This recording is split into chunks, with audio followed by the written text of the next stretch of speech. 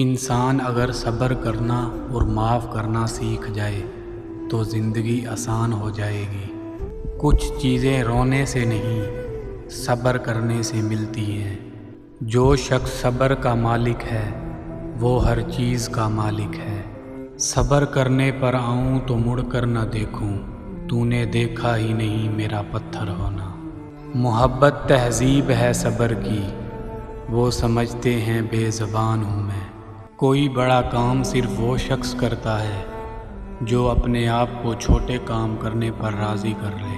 زندگی کے جس مقام پر بھی ہو اسے تسلیم کر لو، اور یہ بھی تسلیم کر لو یہاں تم ہمیشہ نہیں رہو گے۔ ہر عمل سوچ سمجھ کر کرو، کیونکہ ہر عمل کے اندر اس کا انجام اس طرح چھپا ہوتا ہے جیسے بیج کے اندر درخت۔